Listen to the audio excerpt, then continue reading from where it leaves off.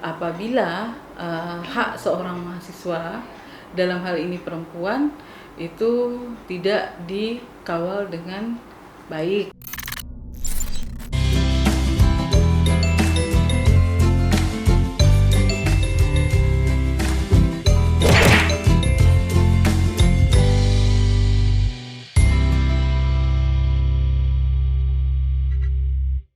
Menumbuhkan rasa empati di tengah kekerasan seksual pada perempuan. Sebelumnya sudah bersama saya Ibu Nani ini, komisioner dari KPPAD Kalimantan Barat. Teman-teman pasti ada yang belum tahu apa itu KPPAD. Untuk itu kita langsung nanya nih sama Ibu, perannya apa sih gitu KPPAD dan tugasnya apa ya Ibu? Nah mungkin bisa langsung Ibu jawab. Terima kasih. Assalamualaikum warahmatullahi wabarakatuh. Waalaikumsalam. Selamat sore rekan-rekan sekalian. Izinkan saya menjelaskan mengenai apa itu KPPAD Provinsi Kalimantan Barat. Nah, mungkin sebelumnya adik-adik mahasiswa atau rekan-rekan mengetahui bahasa yang familiar adalah KPAI atau yang dikenal dengan Komisi Perlindungan Anak Indonesia. Nah, jadi turunan dari Undang-Undang Nomor 35 tahun 2014 itu adalah salah satunya adalah Peraturan Daerah Nomor 4 tahun 2015 tentang perlindungan anak. Jadi Perda Kalimantan Barat sudah punya peraturan daerah mengenai perlindungan anak. Nah, di dalam Perda itu nomenklaturnya adalah KPPAD. Jadi Komisi Perlindungan dan Pengawasan Anak Daerah Provinsi Kalimantan Barat. Nah, perlu saya sampaikan juga untuk rekan-rekan ketahui bahwa di Kalimantan Barat sendiri sudah ada 4 KPAD, Komisi Perlindungan Anak Daerah Kabupaten. Dalam hal ini yang sudah ada terbentuk salah satunya yaitu Kabupaten Ketapang, kemudian Kabupaten Kayong Utara, kemudian Kabupaten Mempawah, kemudian Kabupaten Kuburaya. Nah, jadi mudah-mudahan dalam waktu dekat juga sudah dilantik karena sekarang dalam proses pemilihan yaitu KPAD Kota Pontianak.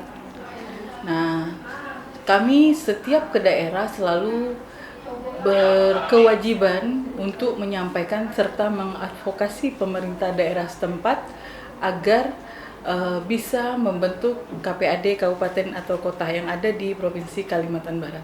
Gitu. Nah, KPPAD itu apa Bu? Tugasnya yang pertama adalah tugas kami, kewajiban kami dalam hal ini selama 5 tahun masa jabatan kami berkewajiban dan memiliki tugas fungsi dan pokok atau tupoksi. Yang pertama itu adalah sosialisasi dan advokasi. Nah, ke semua stakeholder yang terkait. Nah, dalam hal ini sosialisasi memiliki fungsi pencegahan terhadap kekerasan perlindungan anak khususnya. Kemudian yang kedua yaitu menerima pengaduan dari masyarakat dan memfasilitasi. Nah, kemudian yang ketiga kita salah satu fungsinya adalah memberikan rekomendasi serta saran dan masukan kepada pemerintah daerah Provinsi Kalimantan Barat. Kemudian kami juga memiliki tupoksi yaitu mengumpulkan data dan informasi yang berkaitan dengan penyelenggaraan perlindungan anak.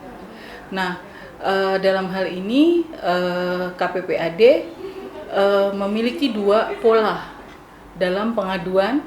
Jadi masyarakat tidak harus datang ke kantor KPPAD, tetapi juga bisa melakukan pengaduan melalui online. Dalam hal ini adalah media sosial Instagram. Nah, KPPAD Kalbar memiliki Instagram. Jadi, ketika pengaduan masyarakat, kami akan jemput bola. Itu. Nah, kemudian kami juga melakukan monitoring serta evaluasi dan penyampaian laporan kepada Gubernur Kalimantan Barat. Jadi, tupoksi kami selama ini sudah kami jalankan semaksimal mungkin.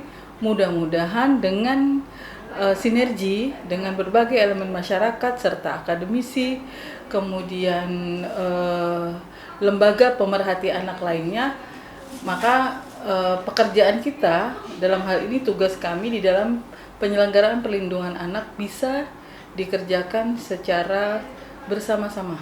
Gitu.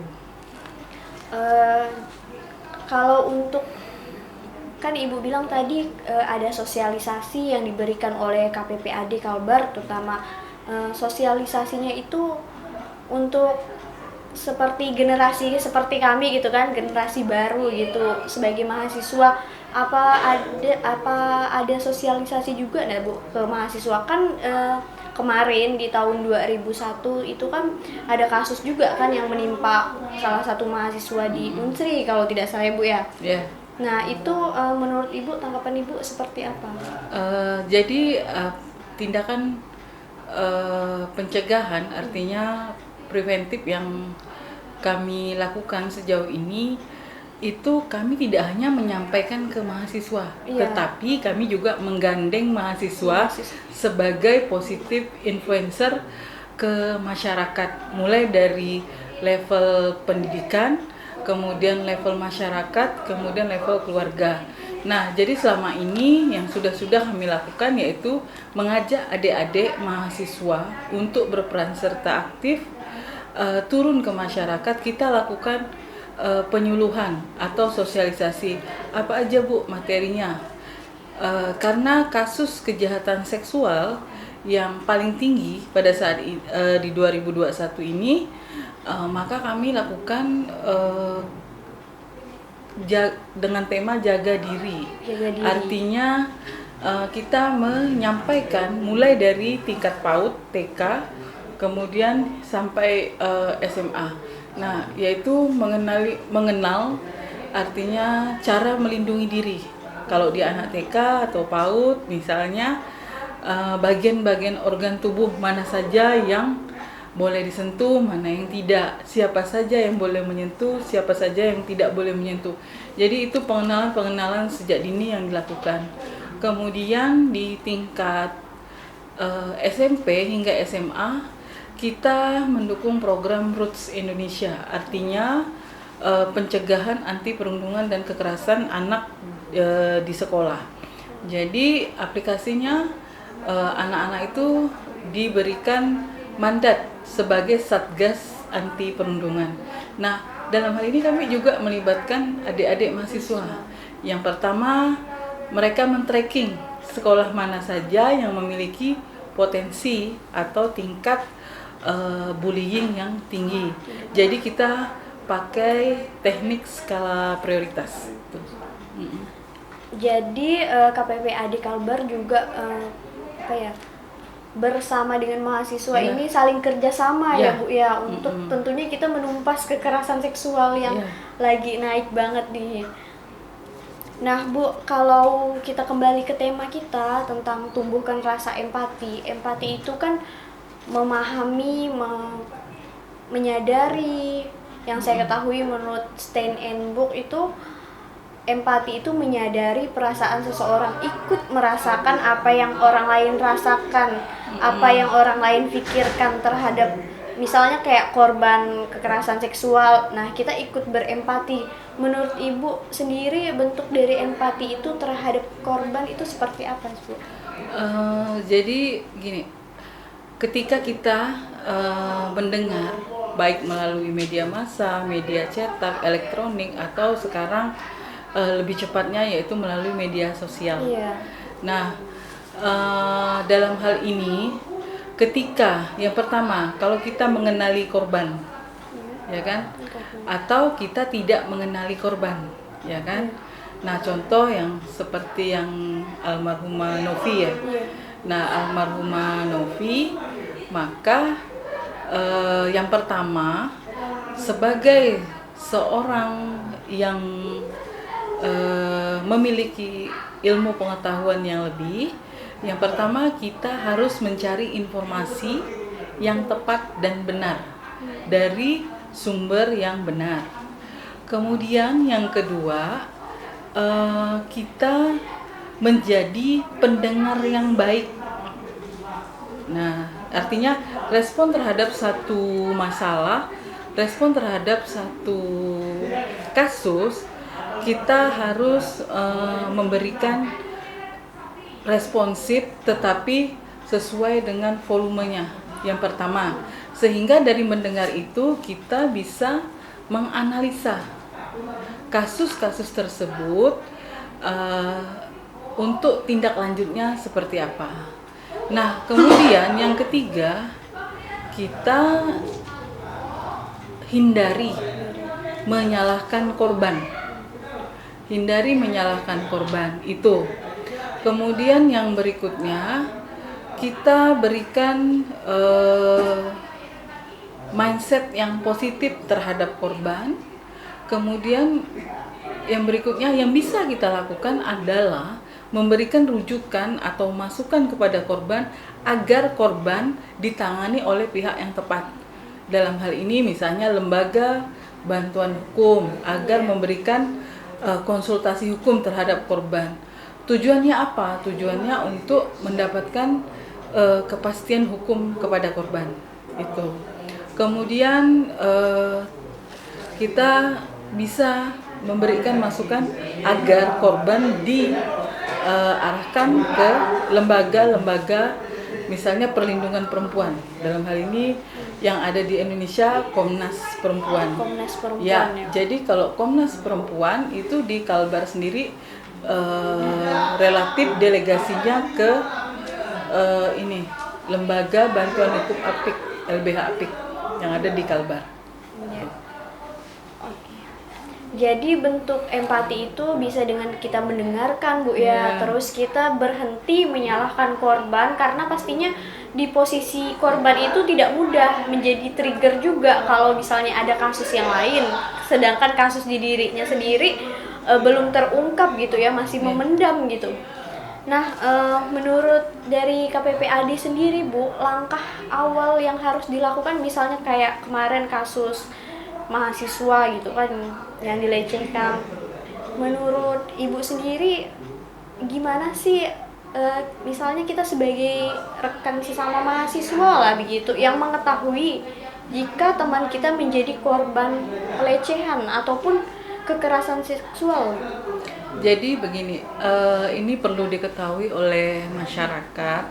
Mungkin banyak korban perempuan dan anak khususnya yang ketika terjadi pelecehan seksual terhadap mereka belum mengerti harus melapornya ke siapa dan atau melapornya kemana. Nah, jadi perlu saya sampaikan bahwa khususnya di Kalimantan Barat sendiri itu kita memiliki dinas atau operasi perangkat daerah namanya Dinas Pemberdayaan Perempuan dan Perlindungan Anak.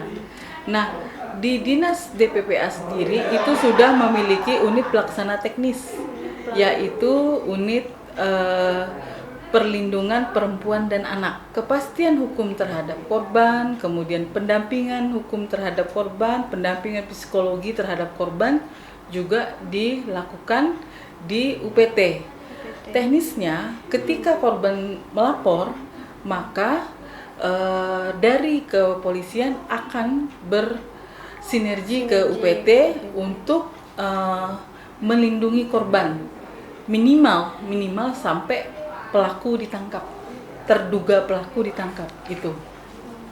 Nah, itu. Jadi pendampingan dilakukan sampai ke pemeriksaan kesehatan, kemudian pemeriksaan psikologi klinis, di situ dilakukan. Jadi lengkap terapinya sampai pendampingan keagamaan, kerohanian ya.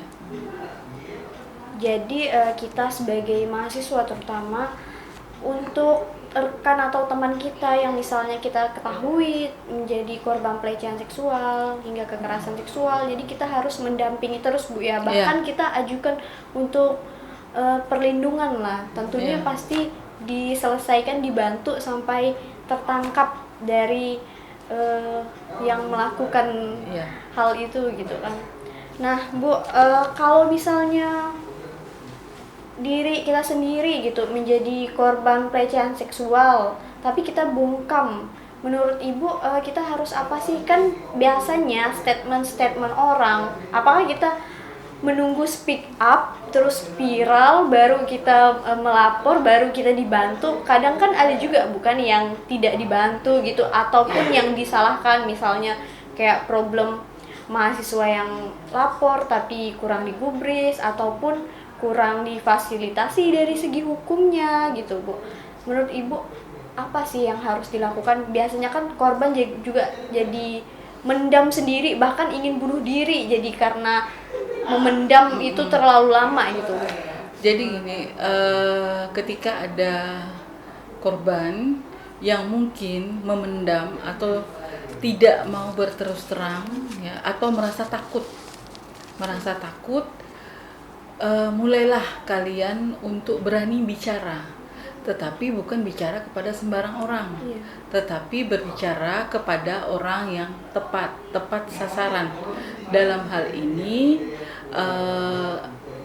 korban bisa langsung melapor ke, dalam hal ini UPT tadi, Unit Pelaksana Teknis Perlindungan Perempuan dan Anak. Nanti akan didampingi hingga ke proses pelaporan, kemudian persidangan sampai keputusan pengadilan. Jadi sampai ingkrah gitu. Nah, itu yang negara wajib hadir di situ untuk melindungi masyarakat atau melindungi warga negaranya. Jadi jangan diam, karena kalau kita diam bisa saja korbannya bukan hanya kita, tetapi ada orang lain juga yang menjadi korban itu. Kenapa? Karena ini hubungannya dengan asumsi bahwa perempuan adalah kaum yang lemah. Nah, itu. Nah, sehingga mudah ditekan, mudah diancam gitu kan oleh si terduga pelaku. Nah, jadi kalau mengalami hal tersebut jangan diam, karena kalau diam nanti pelaku bisa ke korban-korban yang berikutnya. Kalau misalnya kita menjadi korban ataupun ada teman kita yang menjadi korban, kita harus berani, harus mampu.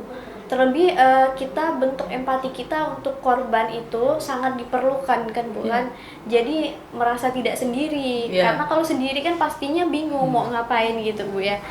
Nah, Bu, ngomongin soal empati ini, menyadari, memahami orang di sekitar kita yang dilecehkan ataupun yang sampai menjadi korban kekerasan seksual, seberapa penting rasa empati ini, Bu? Menurut saya rasa empati itu sangat penting, yang harus dilakukan secara bersama-sama. Yang pertama di ruang lingkup keluarga atau ruang lingkup masyarakat terkecil, ya ini keluarga. Nah, yang kedua adalah elemen masyarakat. Karena apa? Karena ketika si korban berada di dalam lingkungan keluarga yang tidak memberikan support system kepada korban, maka trauma itu tidak akan mengecil, tetapi trauma itu akan terus-menerus berkepanjangan karena lingkungan tidak mendukung atau tidak memberikan support system.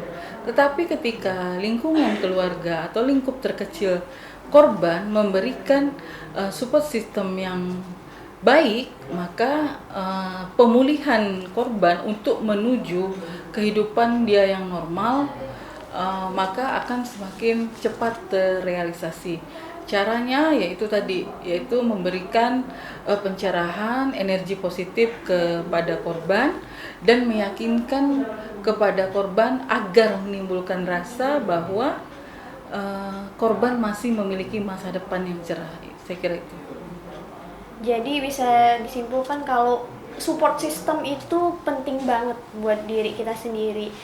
Kita perlu juga partner gitu kan, tidak hanya sendiri ngadepin apapun. Kita sesama makhluk sosial atau homo sosialis pasti membutuhkan manusia yang lain ya, Bu ya. Terutama keluarga juga. Keluarga sangat penting banget perannya. empati keluarga lah yang pertama kita butuhkan sebelum teman kita dulu kan, bukan pastinya. Nah Bu, cara menumbuhkan rasa empati ini mesti nggak sih kita harus cari tahu orang itu, kamu kenapa sih bisa seperti itu? Menurut Ibu cara yang paling etis itu bagaimana Bu? Menurut saya, ketika kita mendengar satu kasus atau kita mungkin mengenal korban atau tidak mengenal korban, maka kita harus saling merangkul. Nah, energi yang bisa kita berikan apa? Misalnya mulai dari tenaga, pikiran, gitu kan. Kemudian saran serta masukan. Kenapa? Bisa jadi di lapangan korban itu belum ditangani dengan maksimal. Tetapi kita sebagai orang yang memiliki kapasitas dalam hal ini bisa memberikan masukan, layanan rujukan kepada korban itu kemana, gitu kan?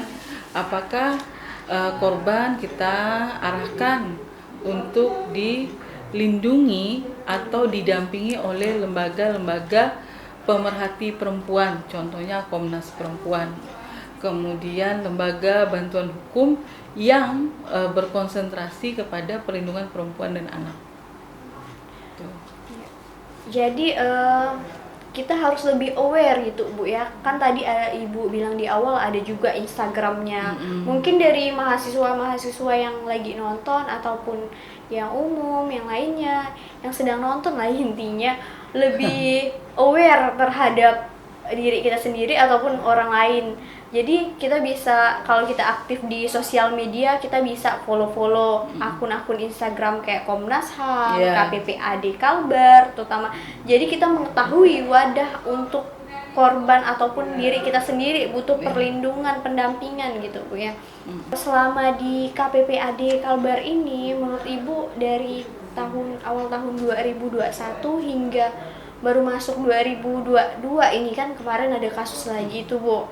Baru aja masuk 2022 udah ada kasus lagi dan itu menimpa perempuan lagi. Memang kayak stigma perempuan lemah tuh lebih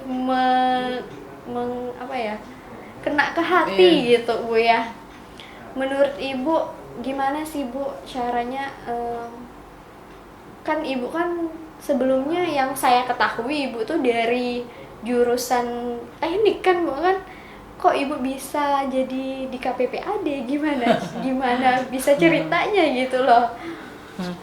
Jadi gini, sebagai seseorang yang produktif, kita tidak harus memandang ilmu itu dari satu sudut pandang. Itu yang pertama. Yang kedua, ketika kita masih produktif, kesempatan yang ada itu tidak hanya bidang ilmu kita, disiplin ilmu ya maksudnya, yang langsung wajib dan harus kita laksanakan. Tetapi ketika ada dari sudut pandang lain yang membutuhkan tenaga dan pikiran kita, sumbang saran kita, kenapa enggak gitu loh. Nah, jadi dalam hal ini ya, mungkin background saya adalah teknik sipil, ngitung baut, ngitung pasir dulu ya. Sekarang kerjaannya ngadepinnya air mata. Air mata Ibu ya. Jadi menyentuh hati Ibu ya. Jadi mungkin dari pengalaman kerja saya akhirnya membawa saya ke KPPAD. Jadi dulu mungkin saya merantau gitu kan. Nah, ternyata ketika saya pulang ke kampung halaman, Kalbar ini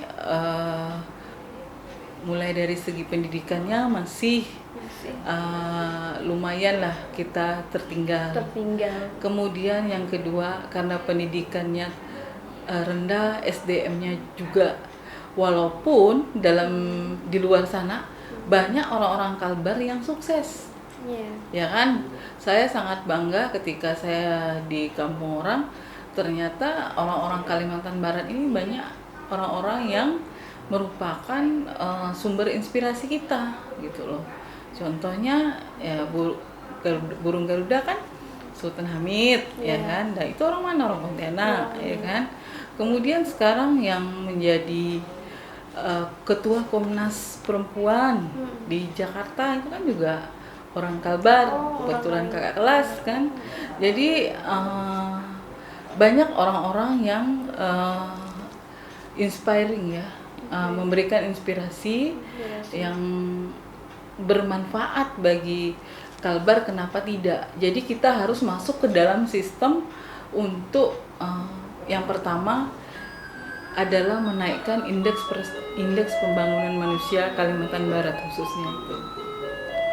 Oh, jadi motivasi Ibu itu untuk daerah Ibu juga ya Bu ya, tidak harus sesuai kita jurusan kita, asalkan kita berguna juga untuk terutama untuk wilayah kita yang tadi Ibu bilang masih tertinggal.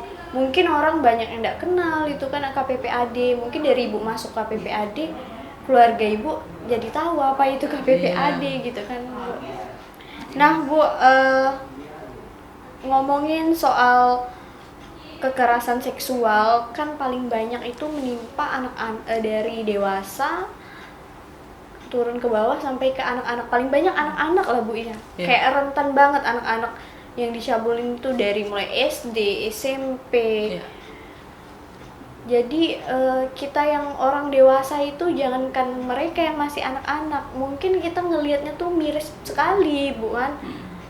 Nah Bu, sebagai Ibu, khususnya Ibu kan, seorang ibu juga gitu, seorang ibu, menurut Ibu apa sih yang harus dilakukan? Mungkin ada juga keluarga yang malu gitu untuk bilang anaknya jadi korban, ataupun tidak mau lapor karena ini termasuk aib juga kan Bu, kan tentunya masalah pribadi jadinya.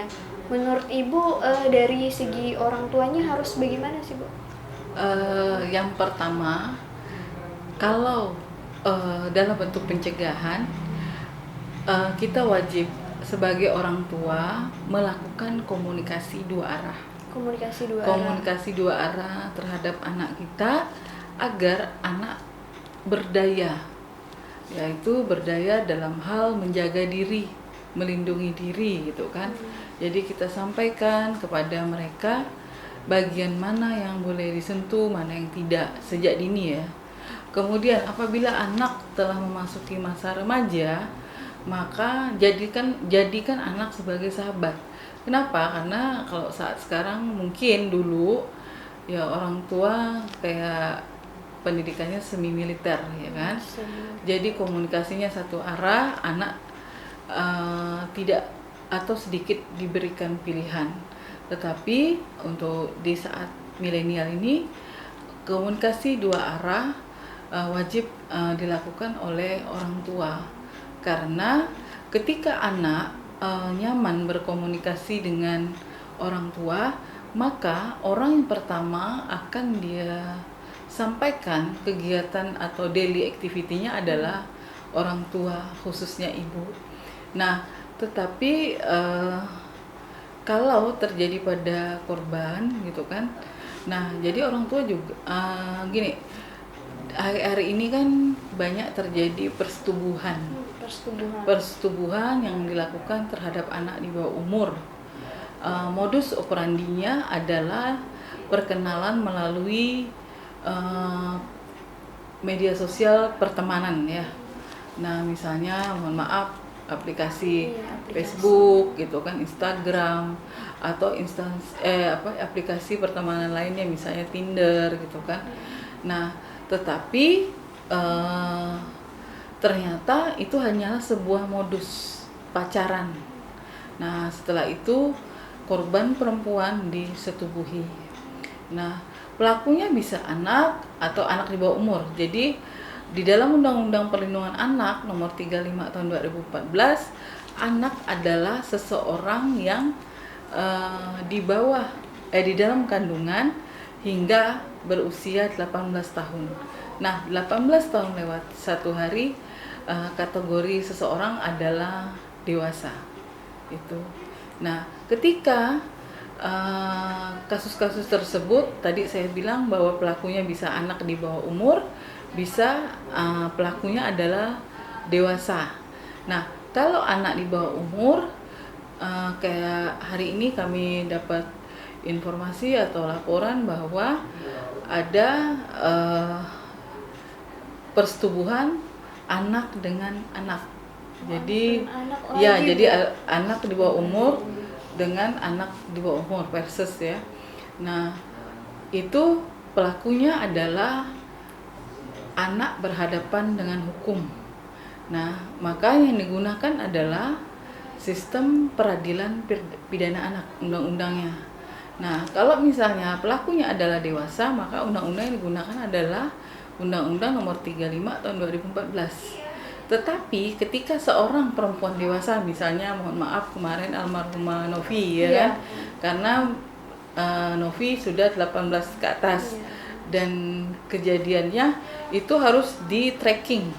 Apakah ketika Novi masih berumur 17 tahun atau kejadiannya Novi almarhumah Novi dewasa. Jadi undang-undang yang dikenakan itu berbeda.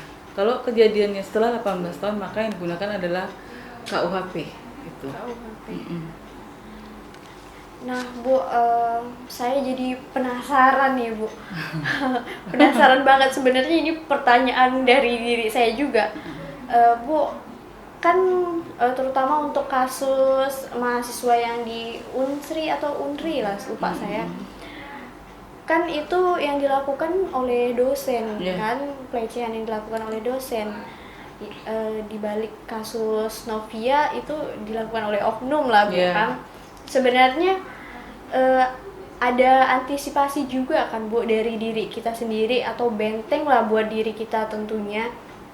Nah, yang mau saya tanyakan, kalau misalnya kita sudah membentengi diri kita tapi masih terjadi, namun dari segi kampusnya ataupun dari segi pengadilan ataupun pendampingannya, bisa Ibu jelaskan nanti ya, pendampingan atau pengadilan atau dari kampus itu kalau misalnya kurang merespon, jadi sebagai korban nih kita harus apa, Bu, menurut Ibu atau KPPAD lah biasanya jadi, yang dilakukan? Iya, jadi kalau mencermati kasus mahasiswi Unsri ya, Riau, Unri ya, Riau.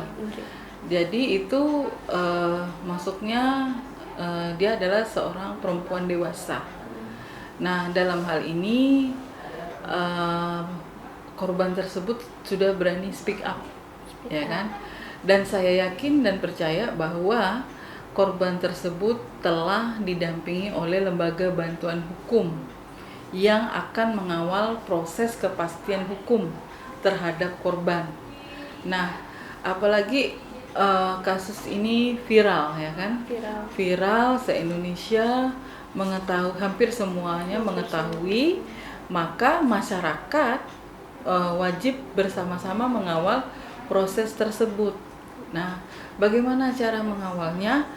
Memastikan dulu kasus tersebut sudah lengkap berkas atau P21 untuk ke kejaksaan. Nah, kemudian nanti masuk ke pengadilan. Jadi kita bisa lihat kasus tersebut disidangkan di pengadilan negeri mana. Kemudian tanpa kita harus datang ke pengadilan tersebut, kita bisa cek secara online di aplikasi namanya SIPP, Sistem Informasi Penelusuran Perkara. Jadi kalau perkaranya di Pengadilan Negeri Pontianak misalnya, jadi kita bisa langsung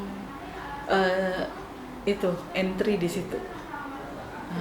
Ya, jadi perjalanan progres kasus tersebut bisa dilihat atau dipantau mulai dari sidang dakwaan, sidang saksi, sidang tuntutan, pembelaan hingga vonis hakim. Itu di setiap universitas itu sudah memiliki divisi masing-masing. Contohnya pembantu rektor, ya kan, ada yang bagian atau bidangnya kemahasiswaan. Saya rasa di situ semuanya sudah all include ya, apabila salah satu dari peserta didik mereka mengalami misalnya tindak kekerasan seksual. Nah, itu yang wajib dipantau secara bersama-sama apabila hak seorang mahasiswa, dalam hal ini perempuan, itu tidak dikawal dengan baik misalnya. Tetapi saya yakin dan percaya bahwa setiap universitas atau lembaga pendidikan, dalam hal ini kampus, itu pasti akan mengawal walaupun mungkin di awalnya adalah sedikit pergolakan, tapi saya yakin bahwa masyarakat sekarang sudah jauh lebih cerdas. Karena dengan adanya media sosial, secara tidak langsung kita pun kayaknya mendapatkan kuliah gratis ya. Iya. Jadi banyak narasumber yang memberikan masukan, memberikan penyampaian materi yang bermanfaat untuk kehidupan kita saat sekarang. Saya rasa itu. Iya. Jadi menurut pandangan saya mengenai orang-orang yang tidak memiliki rasa empati itu tadi kan, itu mungkin di benak mereka atau di hati mereka itu diawali dengan rasa individualisme yang tinggi di era milenial yang sekarang, ya kan, lu gue lu udah besar gitu kan, kok nggak mau melawan gitu kan. Nah, yang terjadi pada kasus tersebut kan, kalau diamati, dianalisa itu dia sendiri nggak tahu gitu kan, maksudnya musibah itu terjadi pada dirinya gitu kan. Nah, jadi berapa persen sih orang atau oknum yang tidak memiliki rasa empati terhadap korban? Saya rasa hanya segelintir. Tetapi dengan gerakan-gerakan sosial yang dilakukan oleh generasi muda sekarang, baik secara individu maupun secara komunitas atau berkelompok, maka akan menekan suara-suara yang tadi agak julid-julid gitu kan. Nah, itu. Nah, satu. Kemudian yang kedua, ketika kita berada atau kita melihat lingkungan atau sosial kita, dalam hal ini korban, maka tumbuhkanlah bahwa masa depan mereka masih ada. Yang kedua, arahkan atau kita energize mereka untuk ke lingkungan yang sehat. Nah, ketiga itu harus didampingi atau dia berada di teman-teman atau komunitas yang berpikiran positif. Itu, saya rasa itu. Maka perlahan tadi yang awalnya adalah kecemasan, rasa ketidakpercayaan diri, maka akan berangsur-angsur menurun, dan sehingga mereka bisa bersama-sama dengan orang lain yang memulai kehidupan normal. Saya rasa itu. Baik Bu, sebelumnya kemarin ada nih yang nitip pertanyaan ke saya untuk Ibu Nani Wirdayani. Nah Bu, pertanyaannya ngomongin soal empati. Kita tuh sebagai perempuan mungkin ada yang sungkan atau malu gitu. Kalau misalnya kita dilecehkan, entah itu baju kita yang kurang sopan, tapi ada juga yang bajunya sudah sopan tapi masih dilecehkan. Ini pertanyaan dari salah satu teman saya di IAIN juga. Jadi beliau ini bilang pernah dilecehkan, padahal dia ini udah syar'i, udah jilbab panjang. Nah, karena merasa harga dirinya terancam gitu, pernah dilecehkan. Sekarang tuh kan ada begal payudara tuh kan, bukan? Nah, menurut Ibu, kalau misalnya ada orang yang beri statement kalau misalnya pakaian itu tidak menjamin kita dilecehkan atau tidak gitu. Jadi kalau pakaian panjang pun dibilang kayak tidak berguna juga karena pakaian panjang pun dilecehkan juga. Nah, itu statement seperti itu menurut Ibu harus bagaimana kita menanggapinya? Jadi ketika ada orang yang menyatakan bahwa pakaian atau busana itu tidak berpengaruh, gitu kan. Nah, yang pertama kita harus tahu dulu nih faktor penyebabnya.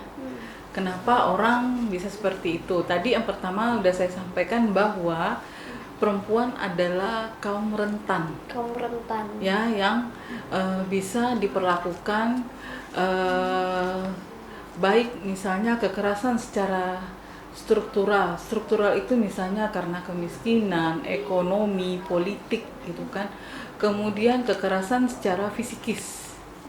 Ya kan? Nah, dibully misalnya.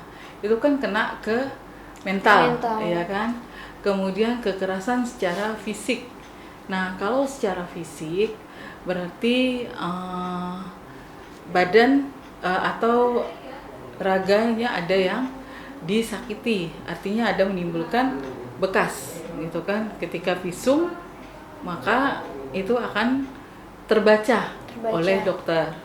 Nah, kedua, hidup nih pilihan, life is choice ya. Life is choice artinya ketika seseorang tadi udah syar'i pun masih dilecehkan gitu kan. Nah, ketika seseorang mau pakaian terbuka, mau syar'i, hidup adalah pilihan. Itu kenapa? Karena yang faktor penyebab yang berikutnya adalah keinginan seseorang untuk menguasai, dalam hal ini yang berada di pihak pelaku. Ya kan, ingin menguasai. Kemudian yang ketiga, karena keterbukaan teknologi dan informasi yang kurang disaring. Motivasi sendiri dari Ibu itu apa sebagai closing statement? Jadi untuk para teman-teman yang mungkin di luar sana adalah korban kejahatan seksual atau korban kekerasan fisik atau psikis yang mungkin saat ini masih takut untuk speak up, maka ingatlah bahwa kalian harus memiliki satu poin, yaitu pikiran positif itu akan memberikan energi yang positif. Nah, sehingga energi yang positif itu akan menghasilkan tindakan yang positif dan dihilir, maka hasil yang akan didapat adalah outputnya hal yang positif. Jadi hindari dari pikiran-pikiran negatif, always positive thinking. Gitu. Jadi sebelumnya saya ucapkan terima kasih sama Ibu karena sudah bersedia nih bincang-bincang sharing-sharing mengenai empati ini, dan tentunya udah tahu gimana prosedur dari cara untuk kita mendapatkan pendampingan atau pengadilan gitu dari korban. Misalnya yang mahasiswa tadi kan ada progres hukumnya, maupun yang anak-anak di bawah umur. Tentunya terima kasih banget Bu.